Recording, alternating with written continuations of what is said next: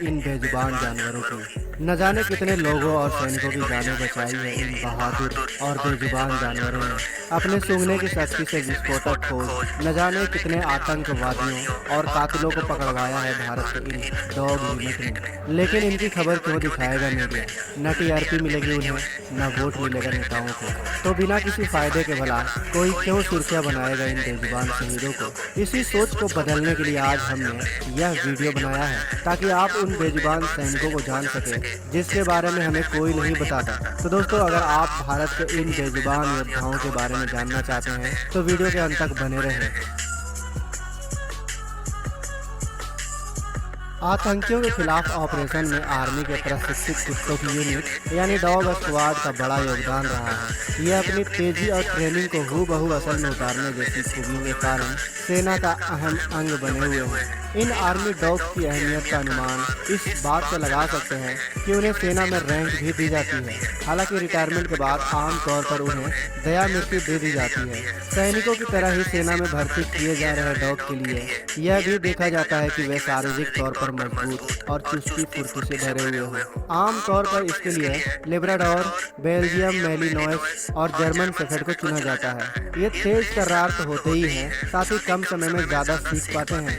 नियुक्ति के बाद इनकी लंबी ट्रेनिंग होती है। इस दौरान जिस भी खास ऑपरेशन के लिए इन्हें नियुक्त किया जाता है उसके हिसाब से प्रशिक्षण मिलता है।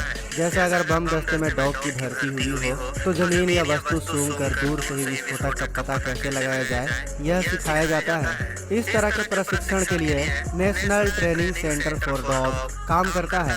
इसके ट्रेनर न केवल विस्फोटकों का पता लगाने बल्कि सर्च और रेस्क्यू अभियान चलाने से लेकर खदानों का पता लगाने और यहाँ तक कि भीड़ को नियंत्रण करने जैसे कामों के लिए भी इन्हें ट्रेनिंग देते हैं। इन्हें आवाज के बजाय आंखों के इशारे से समझना और काम करना सिखाया जाता है। हैंडलर इन्हें इस हद तक प्रशिक्षित कर देते हैं कि मुसीबत के समय डॉग्स को कमांड देने की जरूरत नहीं पड़ती, बल्कि वह बिना बोले काम शुरू कर देते हैं। खास ऑपरेशन जैसे सर्च और बचाव अभियान या फिर आतंकियों का सुराग लेने के दौरान छोटी से छोटी आहट मुश्किल ला सकती है। यही कारण है कि सेना में इन्हें ना भोगने तक की ट्रेनिंग मिलती है। इससे वे बेख हटके काम करते हैं। आर्मी डॉग की ट्रेनिंग अलग तरह से शुरू होती है। इन्हें एकदम से ले जाकर सेना के बीच नहीं छोड़ा जाता, बल्कि लगभग 15 दिनों के लिए ये अपने ट्रेनर के साथ ही रहते हैं। इस दौरान कुत्ते अगर ज्यादा आक्रामक हों या फिर उन्हें किसी कारणवश सीखने में कोई परेशानी हो रही है या फिर शारीरिक तौर पर ये कुत्ते उन्हें फिट नहीं लगते हैं तो उन्हें ट्रेनिंग से अलग कर दिया जाता है। फिलहाल भारतीय सेना के पास लगभग 1000 आर्मी डॉग हैं। इनमें से लगभग सभी अलग अलग कामों के लिए प्रशिक्षित हैं,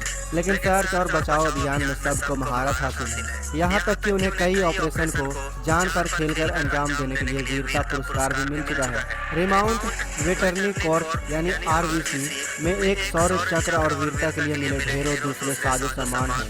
इसके अलावा पुरस्कार जीतने वाले कुत्तों को हर महीने 15,000 से लेकर 20,000 रुपये मिलते हैं, जिसे उनके खाने से लेकर सेहत तक पर खर्च किया जाता है। आर्मी डॉग अपने ट्रेनिंग के बाद ऑपरेशनों से जुड़ जाते हैं और एक समय के बाद उनकी सेना में पोजीशन भी ऊपर होती जाती है। किसी अभियान के दौरान बेहद बहादुरी दिखाने पर डॉग को प्रमोशन भी मिलता है। इसी तरह से इनका रिटायरमेंट भी होता है, जो आमतौर पर 8 से 10 साल के दौरान हो जाता है। दोस्तों, आर्मी डॉग युद्ध में भी काम आते हैं, साथ ही यह बड़े से बड़े गुप्त मिशन में भी अहम रोल निभाते हैं। यह पलक झपकते आतंकवादियों से लेकर कातिलों तक को मौत के घाट उतार सकते हैं। तो दोस्तों, भारत के इन गुमनाम योद्धाओं के लिए एक लाइक और एक शेयर तो बनता है। इन योद्धाओं के लिए आपके दिल में क्या विचार है, कमेंट बॉक्स में अवश्य प्रकट करें। मिलते हैं अगले वीडियो में। जय हिंद।